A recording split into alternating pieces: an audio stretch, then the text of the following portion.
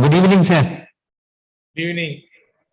I'm Hari Kumar. I'm the president of Cochin Chamber and I'm also the managing director of Travancore Cochin Chemicals and Malabar Cements. Yes, sir. Shall we start, sir? We'll start at 6 itself.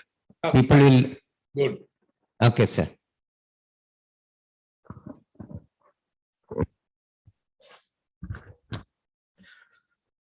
Good evening, all of you. On behalf of the Chamber, I thank each one of you for joining for this very important session with our former Finance Minister, Thomas Issac, sir. Thank you, sir, for joining us. And for the further proceeding, I invite our Chamber President, Hari Kumar, sir, to deliver the welcome address.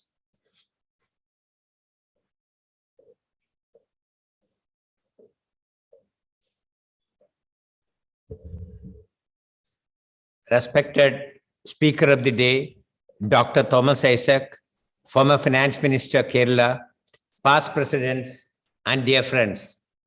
Good evening to all, and I take this opportunity to welcome you all to one more session of the Chamber. As you all know, the Chamber has been having talks on variety of topics covering macro and microeconomic issues which affect the trade and industry. For the benefit of the Honorable Speaker, let me state that the Chamber, established in 1857, has been playing a key role in making Cochin the financial capital of the country financial capital of the state, and we are the only chamber which gets invitation to the pre-budget discussion by the Union Finance Minister. We also have an India Forward talk series wherein the speakers talk about their perspective of India, their vision of India in the days to come. And the distinguished speakers who have addressed us include Mr. Jairam Ramesh, the former Cabinet Minister, Mr. Yashwant Sinha, the former Finance Minister, Mr. Montak Singh Ahluwalia, the former Vice Chairman of the Planning Commission, Mr. S. Gurumurthy, the BJP ideologue, and Mr. Surjit Bhalla, the former Executive Director of the current Executive Director India of the IMF, and many other distinguished speakers also have addressed us.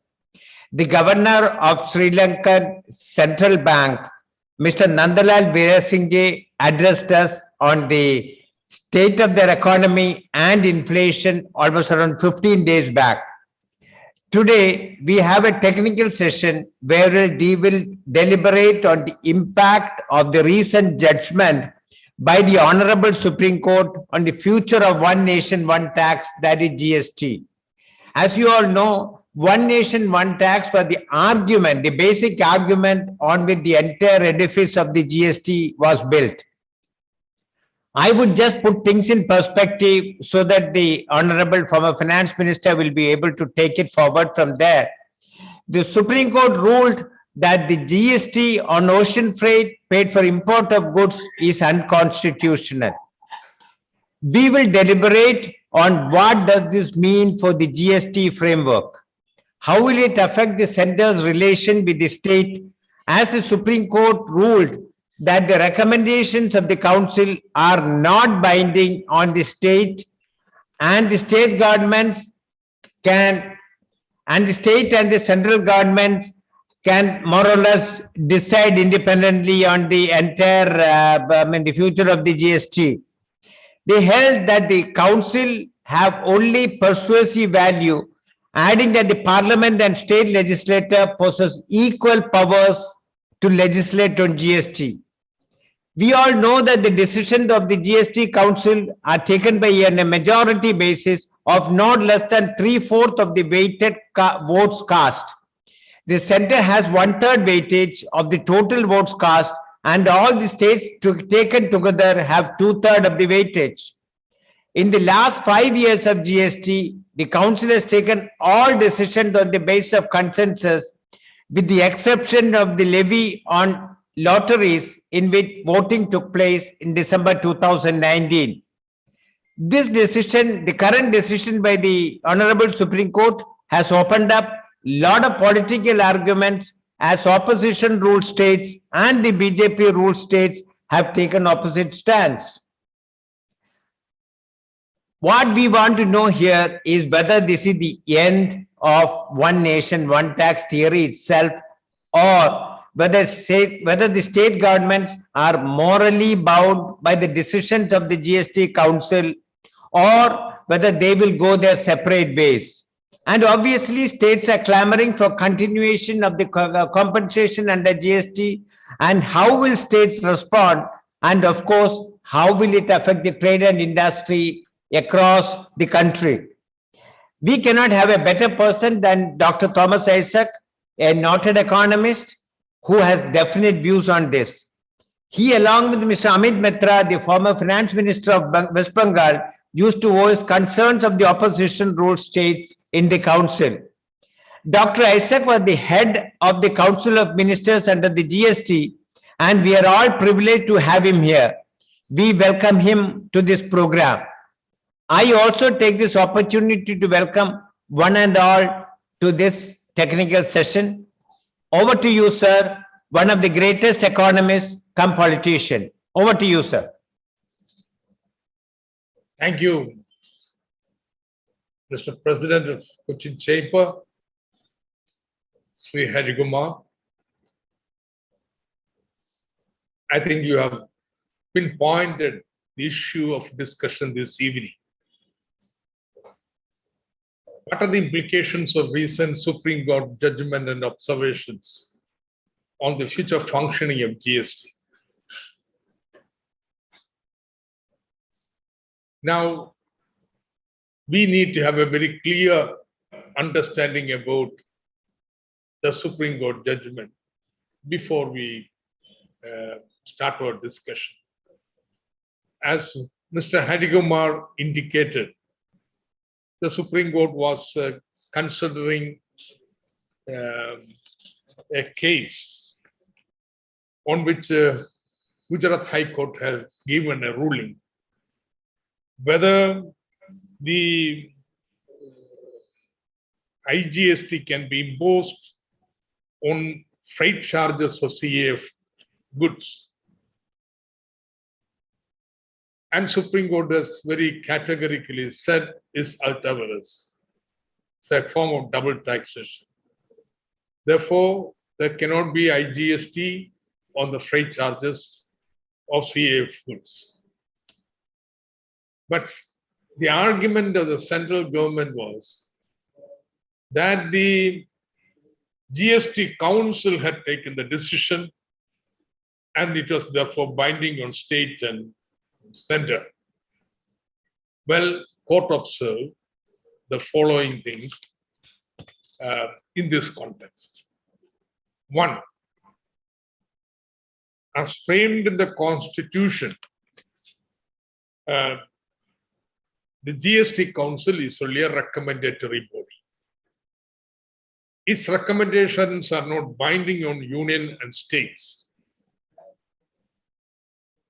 And therefore, both center and state have can on its own take a decision on the recommendations made by GST Council. Two, both the Parliament and state assemblies have concurrent powers to legislate on GST.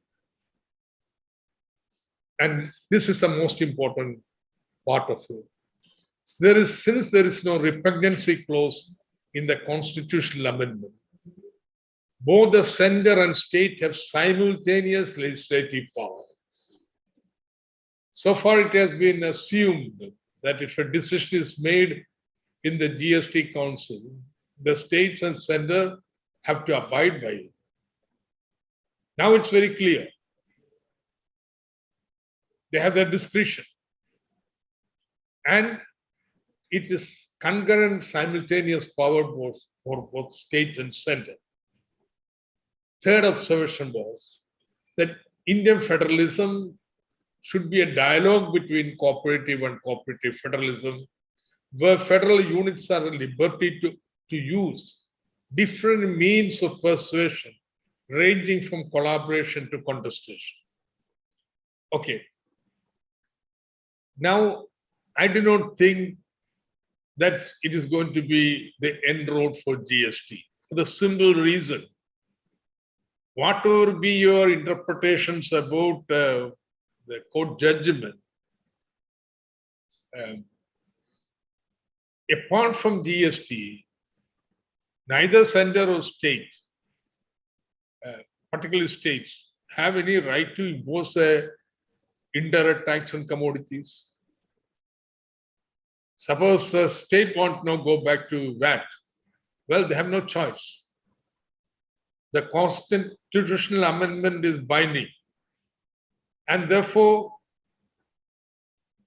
nobody can jettison GST at this stage unless you change the constitution itself.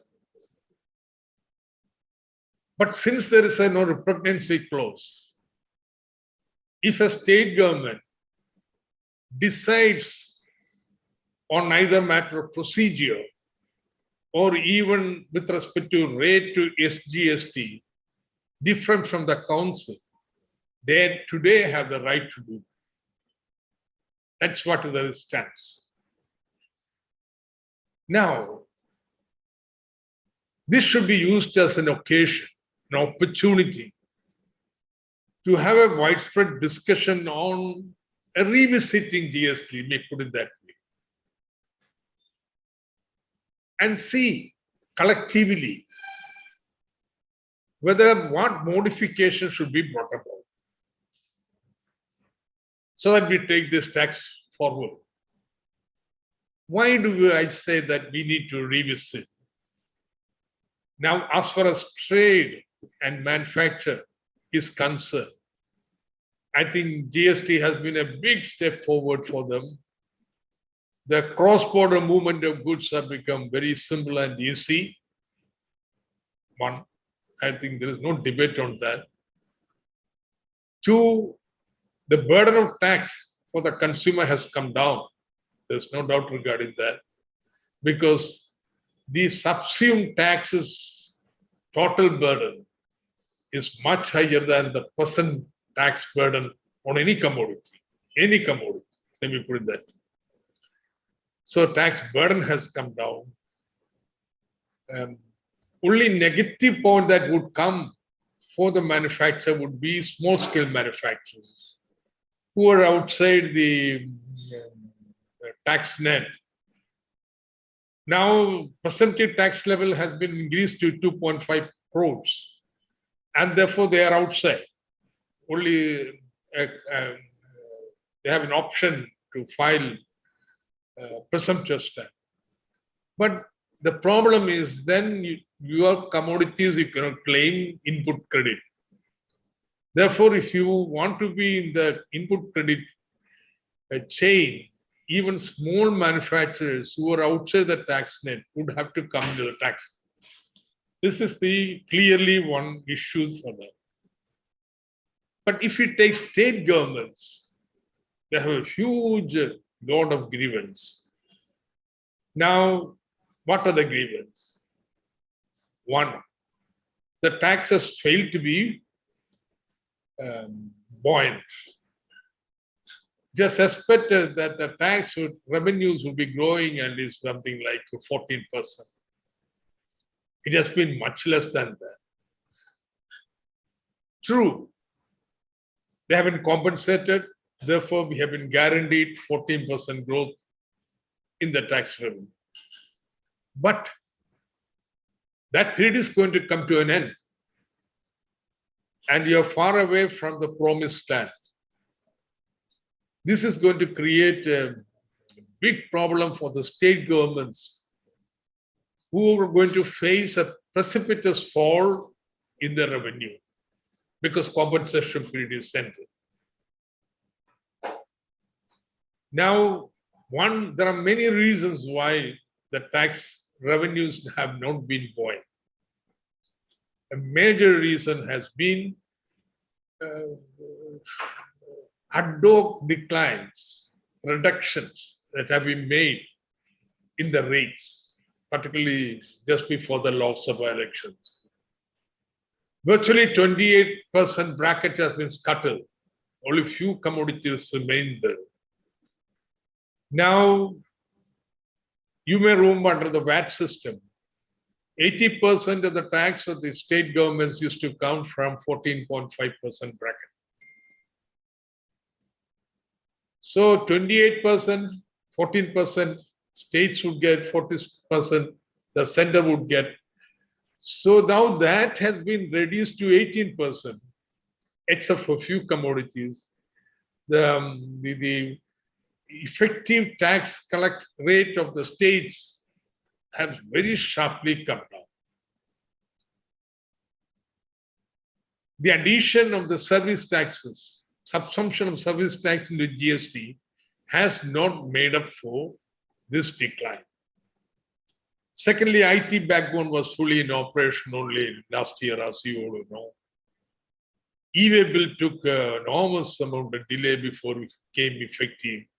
For all these reasons, have contributed to an outcome. The revenues have been much below expectations. I think there can be no debate regarding it. So, to start a dialogue on this, many of the issues that are raised by the Supreme Court judgment, I would say extend the period of compensation for another 3 years. Let's not rush into decision and discussion and so on. In fact, while the economy is recovering, is the last period where you can be thinking of increasing the rate or changing the rate and so on. Therefore, you should have to wait for some more time. And therefore, to create an environment of free discussion in a spirit of give and take, a spirit within by an environment that created GST in the first place. Just think about it.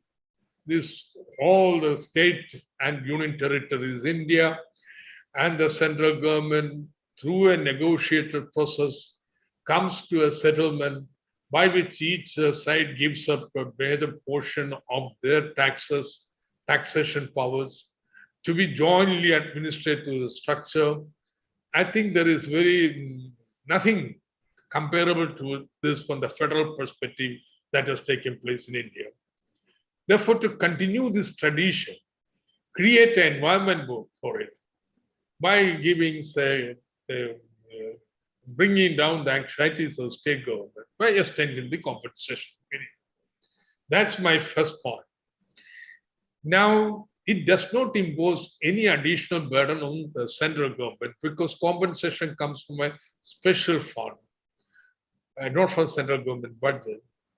And 75% of the compensation is provided by the tax on tobacco. Who is there to argue that tobacco sin good should be exempted, rate should be brought down? So I think the starting point of dialogue and discussion should be that compensation period be extended. Now, second, what is the first point of discussion from the perspective of state? It is regarding SGST. I want to recall your memories to the flood period. Kerala imposed court permission from GST Council to impose an additional cess of 1% on SGST. For 2 years, Kerala has been collecting the cess. It did not affect the overall GST structure at all. The interstate movement of commodities are totally outside it because IGST, there is no cess. On CGST, there is no cess. SGST refers to only transactions within the state, which has no interstate implication whatsoever. I always have been, right from the time of VAT on this, arguing that federal flexibility must be there. Why do I say that? See, states have different perspectives of development. Kerala state, for example, has focused upon, say, education, healthcare, social security, the social sectors. And it has brought about many benefits to the state also, in terms of the health status, in terms of educational status, in terms of basic needs, provision of basic needs. Kerala would rank much above the rest of the country. On SDG goals, while India ranking would be something like 114, Kerala would be, say, between 60 and 75, comparable to other countries. Now, that's something very remarkable. But it has also one implication. The implication is, since you have invested in social sector, your recurring expenditure to service the sector will be very much high. Your revenue expenditure is going to be high. Therefore, this cannot be financed. This huge infrastructure, that the social infrastructure that you've created, cannot be financed unless you have much higher tax GDP ratio in Kerala. It cannot be just because you have chosen, for what right or wrong, a path of development. Otherwise, the state will be forced to always break the FRBM law. It will always be in revenue deficit. Of course, I have always argued that social expenditure in health and education is an investment in human resources and therefore should be counted as a capital expenditure, but that is not the accounting principle. So, in a country of this diversity as in India, where there is a very different political perspectives which govern development, there must be some federal flexibility. You see, it doesn't mean that somebody is going to put the SGST very high. No, you can't. See, VAT. There was no law. Anybody could break the law. But once decision was taken on the empowered committee, people, all the states followed it. We know why. Suppose one state go out of the way, like I did in 2006, when I imposed 20% VAT tax rate for certain luxury goods. I learned the bitter lesson here. There was a big thrift of trade to the neighboring states. So in the next budget, I brought it down. Except for Coca-Cola. Nobody I thought would go to Coimbatore to buy Coca-Cola. So, see, so therefore, without entry tax, situation would have been different as an entry tax. Without entry tax, no state can deviate from the main trend beyond, say, 1%, 0.5%. So provide this flexibility. And this is my argument. I think in the context of the Supreme Court judgment, this issue has become black. And GST will continue. Let's sit and talk. Now create an environment to talk about it, say, by extending the compensation period. This is one question. Second question is something I think chambers, etc., have been very exercised about and vocal regarding the present rate structure. Now, many consider this number of rates are too much, and therefore number of rates would be reduced, if not reduced, to convert into one single tax, but it should be reduced. Now, most of the proposals I have seen would imply an increase in the lowest tax rate bracket, raising that, and doing away with 28%. Now, there is something called equity in taxation. Indian tax system is highly iniquitous. Now, India is a country where inequality has been growing, I think one of the fastest growth rates, widening of inequality in the world itself. Their share of wealth, top 1%, have increased to 42%, from something like 18% in 1991. While that was the bottom 50%, in this period has declined from 8.2% to 2 point some percent just before the COVID. Now, this frightening widening of inequality, how can you think of making a tax structure which will raise the tax on necessities and reduce the tax on, say, luxuries? So therefore, we need to debate about this, discuss about this. I have also argued, restore the 28%, move some of the super luxury commodities in the 28% bracket, and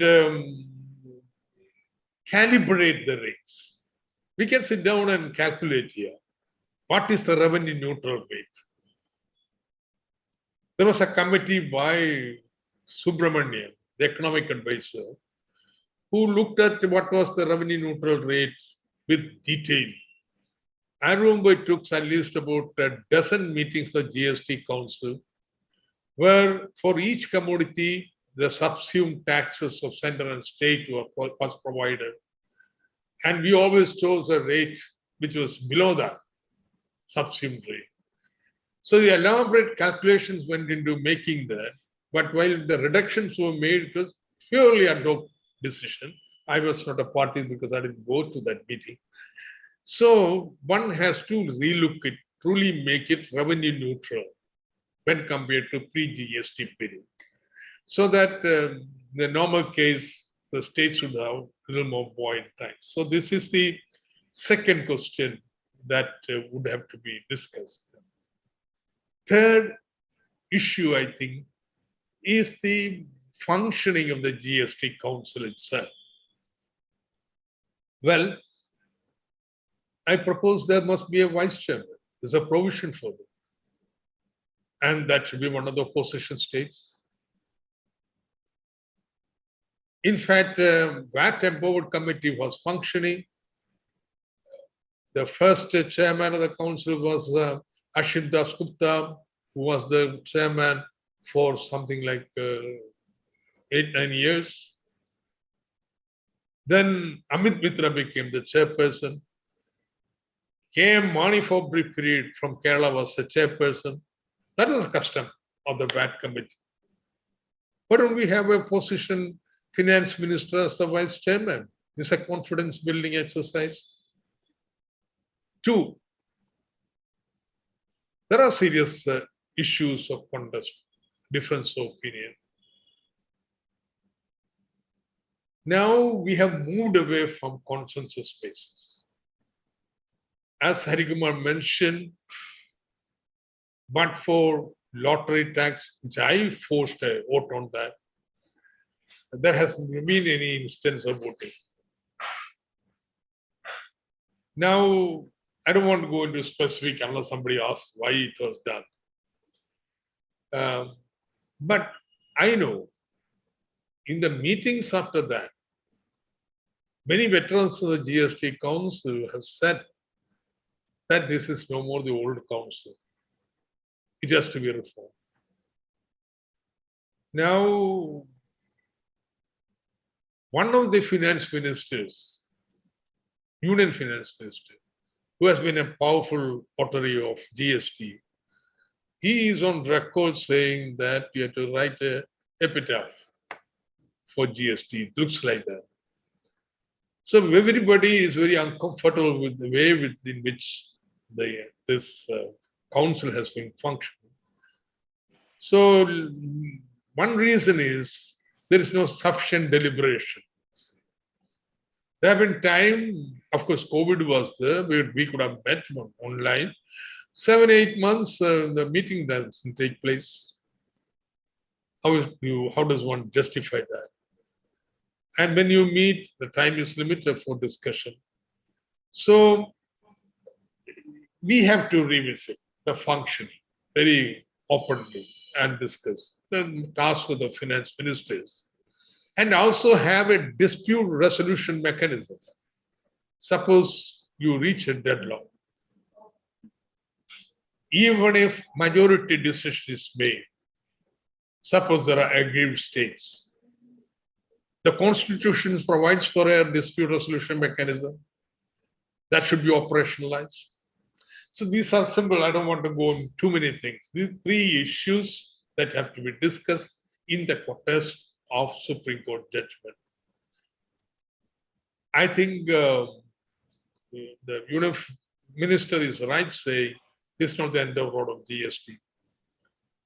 It doesn't annul the GST system and decisions, but it opens up certain level of freedom for the states, particularly with regard to procedures and also ST rate. Unless an amendment is brought to the law saying a repugnancy clause, if a decision of the state government is different from the center, then center's clause would prevail. That's something that center could do, but that means amendment to the law. But I think the better way would be to convene GST Council, initiate elaborate discussion on these issues and come to a conclusion. I have taken half an hour and I will stop here. I will respond to questions that may arise. Thank you for a wonderful speech wherein you could comprehensively cover most of the issues which are in our mind. Before we take on the questions, which I would request all the participants, you can put in the chat box, we will take it one by one. Before we get into that, I would just request your comment on today's newspaper report, which talked about the draft approach paper by the planning board, which stated that the financial crisis is going to aggravate in Kerala, which is basically because one is the GST compensation is going to end by June 22, and another is Kerala's share taxes will come down from 2.5% to 1.92%. What are your comments, sir? It's true. Kerala is going to face a very tough time in financial sector because revenue receipts have not been buoyant. See, Kerala has a high revenue expenditure. When I was finance minister the first term, VAT revenues were growing at around 18-19%. 18-19%. And therefore, we could go into a path of fiscal stabilization. The deficits were coming down and many new schemes could be taken up. But then this continued up to, say, 2013-14, when things changed. Major change that came was that entry tax was cut down, and therefore Kerala is a hemorrhage. Lot of goods were being brought from outside for own use, and there was no way that state could tax them. And therefore, growth of tax revenues declined to 10%. VAT was growing at 10% both at the UDF period and LDF period. Now, this was the one primary reason I accepted GST. The possibility of revenue mobilization under VAT without the indirect tax has very serious limitations in Kerala. So the hope was that GST would make the tax revenues buoyant. If not 18%, something 15-16%, because Kerala is a consumer state, and therefore tax with destination principle would be very advantageous for it. But that has not happened. The tax collection has been growing at 10% per annum average, but 4% we are getting compensation throughout. So finally now, once the compensation is going to end, decline is not going to be 4%. This 14% growth is cumulative. And therefore much wider than that. There will be a precipitous fall in the revenue, not only Kerala, most of the states. So this every state is concerned about that. So Kerala is so equally concerned. The Finance Commission grants, Kerala's share has been coming down. 3.9% was in the 10th Finance Commission period. It has slowly come down to 1.9%. So a huge decline, yeah, 1/3. Reason is that our per capita income has been improving over time very rapidly. Our population has been declining very rapidly. And our social sector achievements have been rising rapidly. So when backwardness is taken as a major criteria for devolution, we are going to do very badly. And that has happened. But we made sufficient noise, particularly South Indian states whose population had declined, so that the Finance Commission gave revenue gap, deficit gap filling grant. So Kerala, it was the highest. It got something like a large amount of money in the first time. It was coming down. This year it is going to end. So this is a very peculiar situation where it is going to create problem. A third issue that is hanging like Damocles sword, the sword is that Kerala has this institution KIFBI, which securitizes government guaranteed future grants. It's guaranteed by law. After motor vehicle tax would go to them. On the securitizing this future income flow, they have been borrowing. They are given AS for something like 70,000 crores of projects. Now, how much project you take is decided through a very clear and accurate asset liability matching program. Because we can easily map out the flow of money into KIFBI from government grants. And then you can also map out the contractors' bills on the basis of the projects that you have given, and also repayment of the loans that you have taken. At no time point in the future time point, a project will be taken up which will move the liability curve above the asset curve. So there is no question at any point of time, is this KIFBI becoming an additional liability to the government? Liability of government is strictly limited to this annual grant, which is guaranteed by law. So now, India government has sent a letter saying that this would be considered as normal borrowing, KIFBI borrowing. That will be disastrous. Of course, we have taken legal advice from Malay's minister from Nariman, and it's very clear we are on the legally correct side. So all this adding up into the problems of the state exchequer. But I think problems like this do come up. Last term, Minister Shrip also, the 14th Finance Commission grants ended in the second year of the government. At that time also we got a revenue deficit gap grant.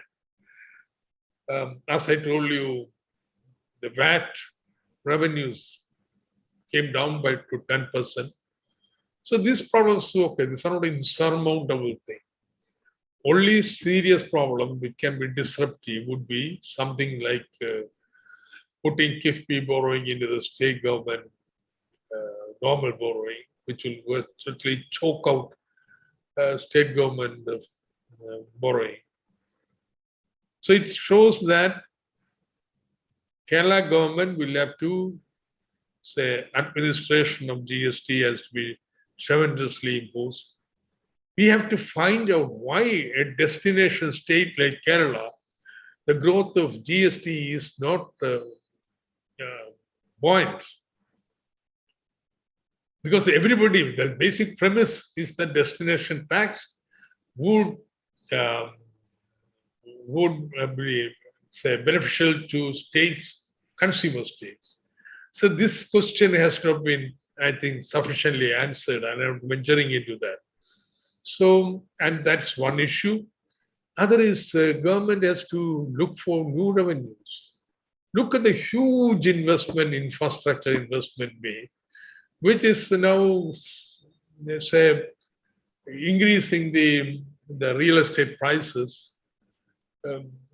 Have to tap a part of that for further future investment is an issue that has to be seriously thought. Now you are rapidly expanding the quality and quantity of services, education, healthcare, and so on. Now, shouldn't a part of the cost of recurring costs be met from the service itself?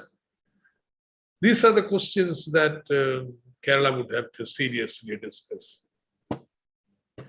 Therefore, I am not alarmed at it. There are problems. See, you were a strong proponent of GST as a form of taxation. And you even took classes in the assembly. We remember that you were trying to educate the other legislators on the good aspects of GST. So even today you are saying that, okay, because the other taxes are getting some subsumed, GST as a form of taxation is okay, but do you mean to say that is there something wrong with the way GST is being implemented? You are right, Mr. Harikumar. Primary reason why GST revenues are buoyant is because of the way the implementation problem. Now, for example, the e-way will take into effect only the end of third year. So you're just accepting whatever the return that is given here. How can you make any check on that? So e-way bill is a very, very important. And also then the IT backbone. It came into full operation only in the fourth year, last year in fact. So implementations have been very shoddy. See, GST, if I look at this way, the major breakthrough was VAT because it created the input credit chain. The cascading effect was removed, but only up to the state border. GST is nothing but extending the VAT principle across the state border. That's it. And integrating certain service tax and other taxes into that, which are outside that. So GST is essentially extending VAT principle across the state borders. There have been certain design problems. For example, say, reverse taxation problems. And also, for some commodities, you find input credit is always higher than the final GST rate, and so on. But mainly it has been implementation problem. But you tell me, as a manufacturer, as a trader, as I told you, certain category of small manufacturers have additional burden. Otherwise, for the entire trading community, this has been beneficial.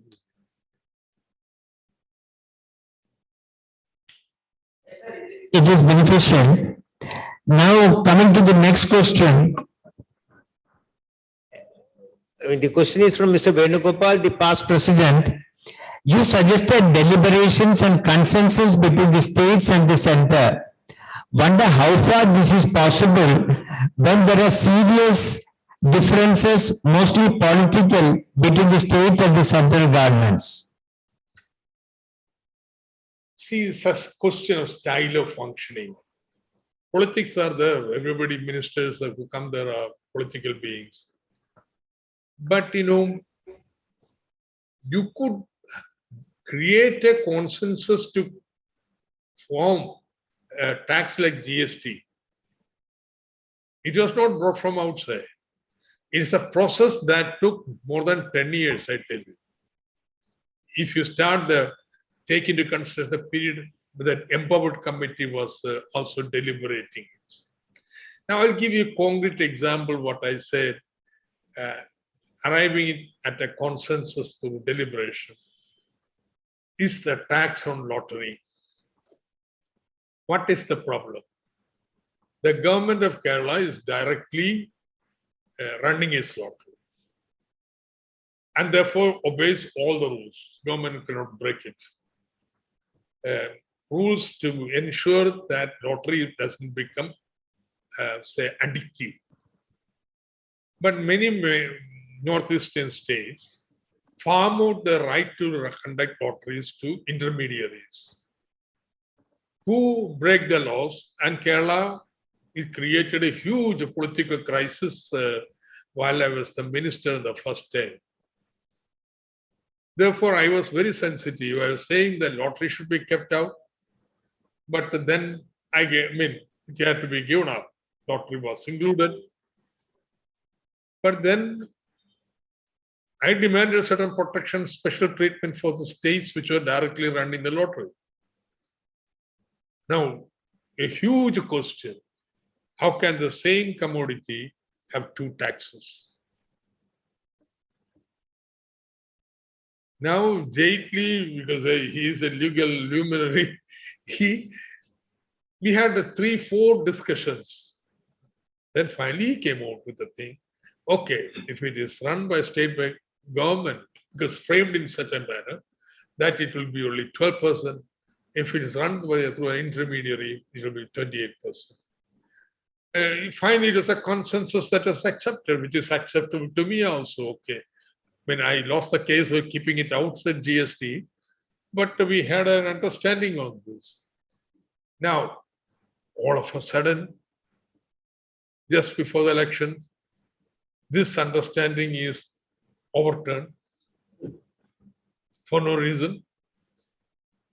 After Supreme Court upholding the law against a challenge made by the intermediaries, after that,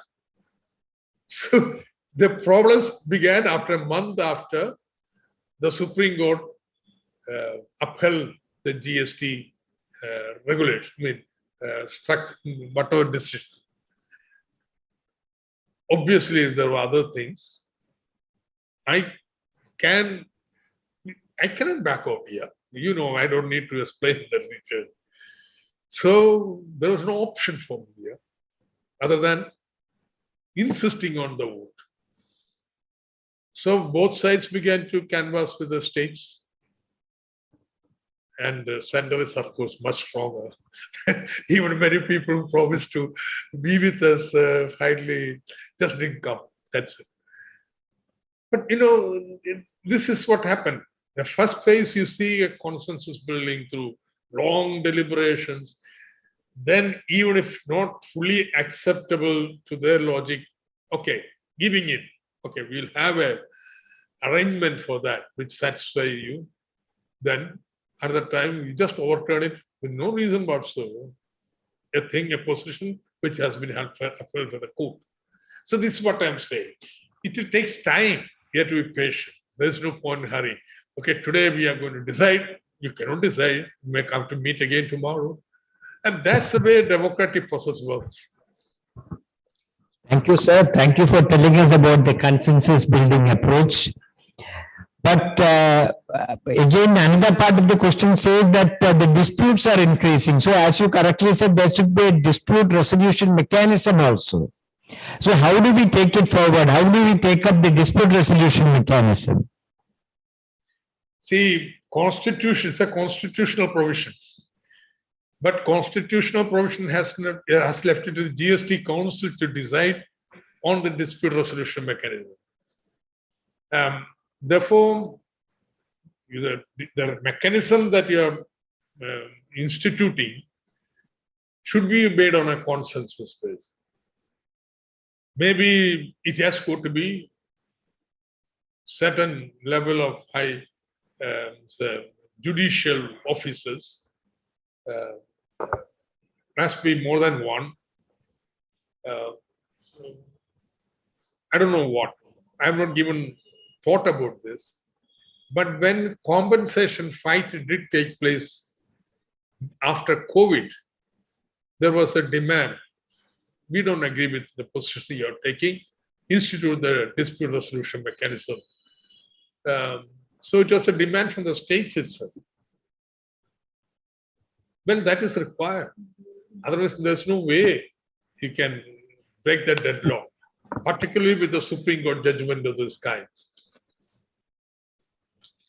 So thank you, sir. I'll just go back to the first question wherein we were talking about the financial crisis which is overwhelming Kerala. How do we move forward? How do we address it? Because the destination states, as you said, the concerns of the destination states in getting compensated is not getting addressed properly.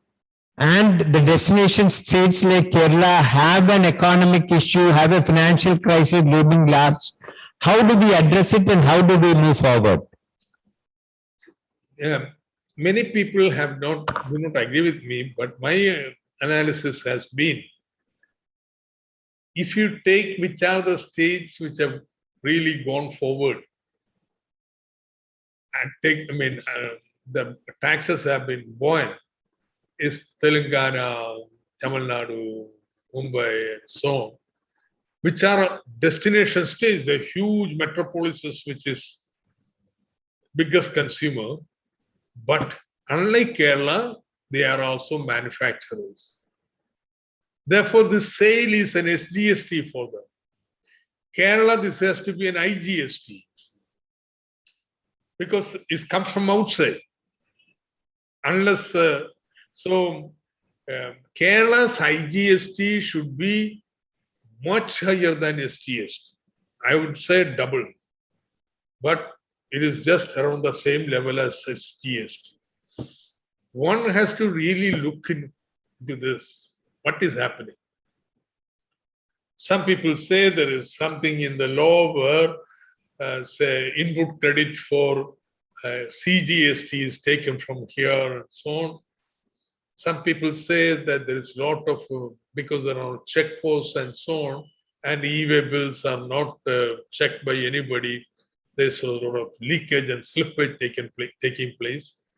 But this is one issue that Kerala has to very seriously look. Kerala also has the possibility of increase in revenue from services. But Kerala administration, tax administration has no capacity or training to have service taxes. Therefore, improving the tax administration is also important. Secondly, new revenue sources. I would say quarries. It's a huge money spending thing which is now becoming black money. Or sand from the dams and so on, which I have been saying, but for various reasons it has not taken place. Kerala should look into, as I told you, certain level of minimum, some percentage of the expenditure of services will have to be met for the services. Investment improvement tax on land, all this can be discussed. See, it is not something, these are not things which government should unilaterally declare. Place before the people. Everybody in Kerala wants to have Nordic country experience. Now, social service and security like in Nordic countries. When UDF was in government, they had a development report which charges to us to reach within a time frame Nordic countries' standard of living. But just look at Nordic countries. Their tax GDP ratio is something like 40 to 50%. Government takes 40 to 50% and then provides this total security. But Kerala tax GDP ratio is 10%. If you add a central government also, it becomes 17%. Now with 17% tax GDP ratio, how can you have service on the level of Nordic countries? Yeah, it's impossible. So therefore, you should place it before the people. Have discussions. These are the options. Either you will reduce expenditure, this thing, or we'll have to have mobilized more resources in this manner. Because in Kerala, confrontation does not pay. Development cannot be brought through confrontation. We have to build the consensus of this. UDF also has said same thing in this report. So let's sit and discuss. So I would say, place the option without any confusion before the people. You cannot borrow and spend on social services. That revenue deficit will have to be brought down over time. Time frame may be much longer than what is now being said, but that will have to be done. So hard choices are there that should be placed before the people. Thank you, sir. That's exactly the focus of the chamber also, how to drive trade and how to promote manufacturing in the state. So, because we have less manufacturing activity and because our share of manufacturing is lower compared to other states, is that the reason why we are where we are today and how we can drive up the manufacturing? Yeah. See, I, for one, have come to Cochin Chamber in my student days, trying to collect material. In fact, I have spent a lot of time in the chamber. Old reports, looking at entrepreneurial groups in Kerala. So I've spent. See, historically, Kerala has been backward. Whatever investment that took place came from Western coastal trading firms, which Cochin Chamber was the chamber, and also Tamil Chettiar capital in the railway industrial belt. The nature of entrepreneurial groups in Kerala was more, biased towards plantation agriculture and trade. And therefore, the post-independence period, you have a long phase till mid-60s when virtually no private investment takes place in Kerala. Even the existing Chettiar capital moved out and Western coastal trading firms also exited. So I don't want to go into whole history why it is industrially backward. I think this is very important to understand this. Now, putting forward a strategy, first point is we have to choose which are the sectors which are more common, which are areas of core competence for Kerala. I think there were service-based, knowledge-based, skill-based, value addition industries. Now, how do you attract investment into those sectors? One major problem is lack of infrastructure itself. Say, let's take electricity. Kerala doesn't have a transmission line more than 220 kV. Even if you purchase electricity from outside, Kudangulam now comes to Kochi, but you cannot transmit within Kerala. So this is a must. Our distribution from the transformer is single line. So one wind comes, so some branches come down, you have a break in electricity supply. We need minimum 2 lines, but it means huge expenditure. Our industrial estates are all, except for the IT parks, are all of the 1970s vintage, this industrial estate, quote unquote. that's just not sufficient here. No investor will come in Kerala and search for land, get it purchased and so on. So some minimum 20,000 acres of land. That's not very huge when compared to what other states are doing. Certain industrial corridors. Now, if you are thinking knowledge-based industries are important, then investment in broadband internet connectivity, say measures to prevent the digital divide, all this becomes important. So that's why the rationale for KIFBI, that you borrow and create all this infrastructure, even if they are not remunerative for the government, quote unquote, but it will attract investment and accelerate growth. Second would be startups in Kerala. A new entrepreneurial class is emerging in Kerala.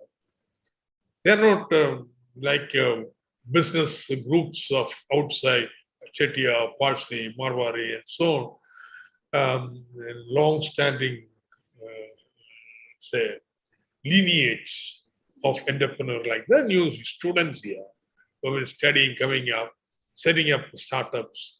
I think Kerala will have to focus on that in a big way through innovation challenges and so on. Now, if Kerala wants to focus on knowledge industry and startups, Kerala will have to totally overhaul its higher education. This is a new phase of Kerala development. And in the first phase is the school education is spread, universalization, that led to changes. In the second phase, it will have to be the higher education. These are things that Kerala will have to rethink. They say revise some of the earlier positions, build a consensus. That is important. Certain private universities, how to more autonomous centers of education. And to make this transformation, you need Malayali professionals, academics, technical people working all over India, all over the world. So this is our great asset. They can be made mentors of students in Kerala or higher education. It should become a national enterprise where everybody, educators, higher education sector people get involved. What I look forward for the Malayali expatriates is not the money investment. More than that, it is the professional capability and knowledge. So it's a huge program. I think this is the path for Kerala development. If you miss out this opportunity now, because India is not a basket case. India is an emerging power. There's absolutely no doubt about it. Only difference of opinion I would have is that it doesn't start, history doesn't start from 1991. The colonial period growth rate was 1%. So-called Nehru period has become 3.5. 1% to 3.5 is a huge jump. You have Rajiv Gandhi when the growth rate was 5%. And now you have got 7% growth. Fine. See, you build on the base of what you achieved in the past. That's how I look at the history. So the emerging economies in the world, like America, the interwar years, Japan in the post-war year, now these emerging economies, I think the present crisis are going to come to the front. And Kerala should, this is the moment for Kerala to get into the track. Unfortunately, our political climate is getting slightly, these are the issues that is not being debated, other lots of stuff. Yeah. Thank you, sir. Thank you for a very, very open discussion. And as a president of the chamber, I would welcome you once again to the chamber. Whenever you are in Cochin, we will only be happy to receive you here in flesh and blood. And we would request you to kindly address us physically so that we would be having a much larger crowd, and the host of Cochin, we will ensure that we'll be there to listen to you, because it was a wonderful lecture by you. And I would, as there are no further questions and as you are otherwise engaged, I would now request our Vice President, Mr. Veeramani, who is the partner of RG and Price, one of the oldest chartered accountant firms in Cochin, to give the vote of thanks, sir. Mr. Harigama, one Sir. point. Sir. Apart from your chamber, the one place where collection of your chamber reports are available for researchers is Center for Developer Studies. Some is old, very old issues are missing, but Yes, otherwise till 1980 we have complete collection of Cochin Chamber reports. They are very valuable historical records. Thank you, sir. But Cochin Chamber has probably records for the dating past 160 years. Yeah. Because we were established in 1857, sir. One of the oldest chambers in the country, and we are one of the promoter chambers of ASSOCHAM. Yes. And we throw open our library to all the students and whoever are interested in research. Yeah. Thank you, sir. Thank you, sir. I would request Mr. Veeramani to give the vote of thanks. Guest of the day, Dr. Thomas Issac, sir, President of the Cochin Chamber, and all those who have logged in today. As the details of the decision of the Supreme Court in the case of Mohit Minerals started coming in, a cloud of uncertainty dawned on the business community across the country. The uncertainty was further compounded when the press reports stated that the center and the opposition ruled states were giving contradictory views on what would be the impact on the decision of the Supreme Court. Many tax experts were also the opinion that if the SC decision is to be followed in letter and spirit, we could possibly see the ills of the old VAT regime surface, and the theory of one rate of tax across the country for one product or one service could get compromised. We are extremely thankful to the Speaker of the Day, Dr. Thomas Issac, the former Finance Minister of the state of Kerala, for having gone into the details in depth and able to clear all the uncertainties. His views that this is the time the Supreme Court decision probably should be taken in a positive way to revisit the provisions of GST and also engage in the consensus meeting of all the states and the center. Sir, I would like to share with you that I have been present in all the GST Facilitation Committee meetings called for by you when you were the Finance Minister, which used to happen just before the GST Council. And you used to take various notes from all the trade and industry, which could possibly be extended to across the country, so that more and more views of the trade and industry are also considered while the law is being formulated. We are also happy to note that even if the states were to exercise their right to have their separate rate of tax, it could not be more than what we had the Kerala flood cess, or possibly that Kerala has also pioneered how it could be done without affecting the overall structure. Sir, the Cochin Chamber of Commerce and Industry places on record our deep sense of gratitude to you, sir, for this lecture today, and also for the replies to the various queries raised, sir.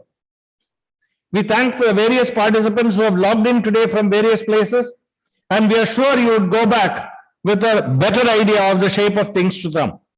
We thank the technical team and the Chamber Secretariat for efficiently organizing this lecture program. Thank you and good night to you. Thank you, sir. Thank you. Sir. Good night. Good night, sir.